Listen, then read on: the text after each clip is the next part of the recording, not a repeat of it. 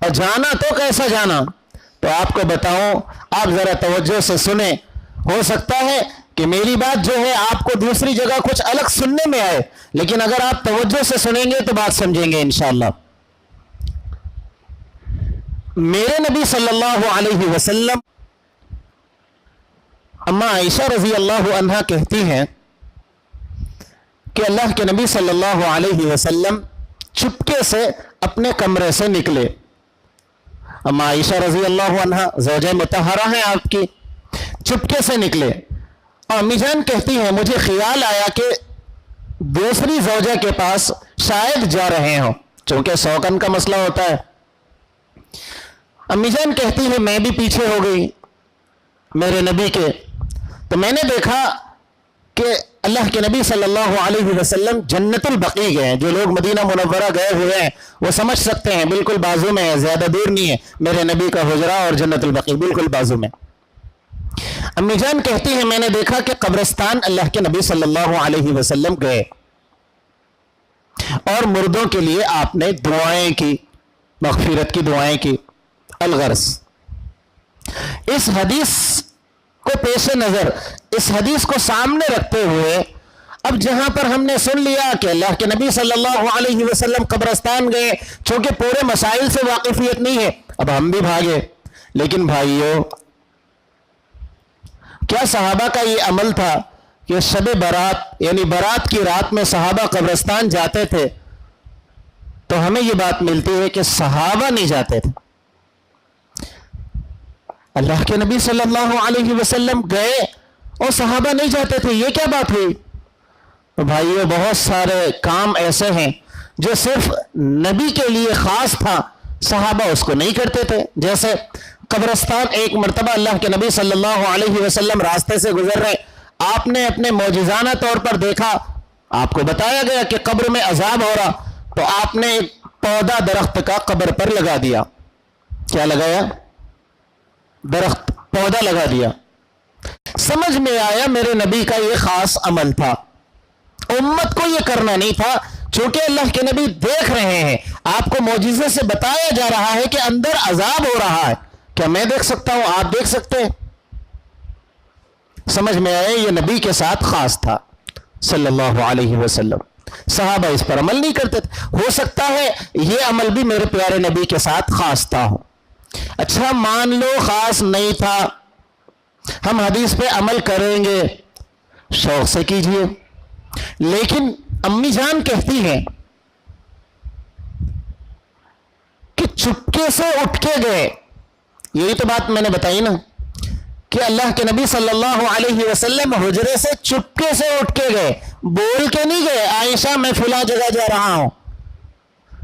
تو آپ حدیث پر عمل کرنا چاہتے ہیں، آپ بھی چپکے سے جائیے۔ اب باہر نکلے مسجد کے، چلو بھائی کون کون آ رہے ہیں قبرستان کو، ہجوم بنا کے، یہ بھی نہیں ہے۔ اور تیسری چیز یہ ہے، ہجوم بنا کر جانا نہیں ہے۔ اللہ کے نبی صلی اللہ علیہ وسلم کی پوری زندگی میں ایک بار یہ عمل ملتا ہے، آپ بھی پوری زندگی میں اس حدیث پر عمل کرنے کے لیے ایک مرتبہ قبرستان جائیے برات کی رات میں، ہر سال جانا۔ پہلی بات تو صحابہ کا عمل نہیں ہے، دوسری بات اللہ کے نبی صلی اللہ علیہ وسلم ہر مرتبہ جاتے نہیں تھے، چونکہ نبی کا عمل ہے آپ عمل کیجئے۔ جیسے صحابہ کی سیرت کو ہم دیکھتے ہیں تو ایک صحابی عشاق رسول صلی اللہ علیہ وسلم حضرت عبداللہ راستے سے گزر رہے ہیں، جنگل سے قضائے حاجت کے لیے گئے، کچھ دیر بیٹھے واپس آئے۔ کیا بات تھی؟ کیا آپ کو قضائے حاجت کی ضرورت تھی؟ آپ کو تقاضا تھا ضرورت سے فارغ ہونے کا؟ تقاضا نہیں تھا، لیکن ایک مرتبہ میرے نبی کے ساتھ میں یہاں سے گزرا تو میرے نبی قضائے حاجت کے لیے گئے تو میں عشق میں چلے گیا۔ یہ اللہ اکبر کبیرہ، صحابہ کا عشق ایسے ہوتا تھا، ایک مرتبہ کوئی نبی کام کرتے تو اس کو سنت ادا کرنے کے لیے ہو بہو طریقہ اپناتے۔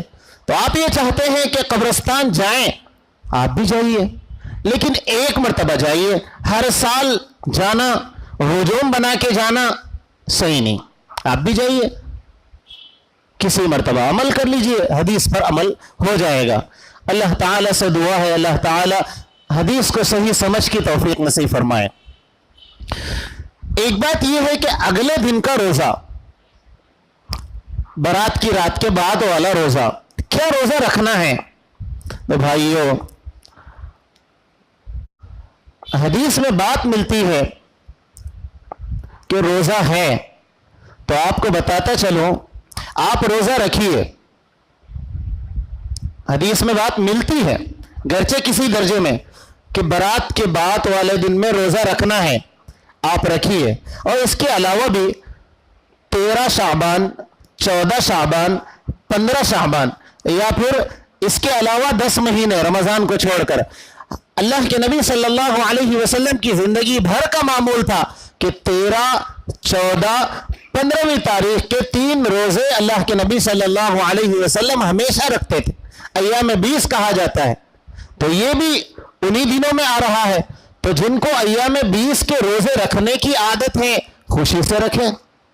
15ویں تاریخ کا روزہ ہے, ویسے بھی اللہ کے نبی صلی اللہ علیہ وسلم پوری زندگی 3 دن روزہ رکھتے تھے, یعنی ان تاریخوں میں 13, 14, 15ویں تاریخ چاند کی آپ رکھیے اس نسبت سے.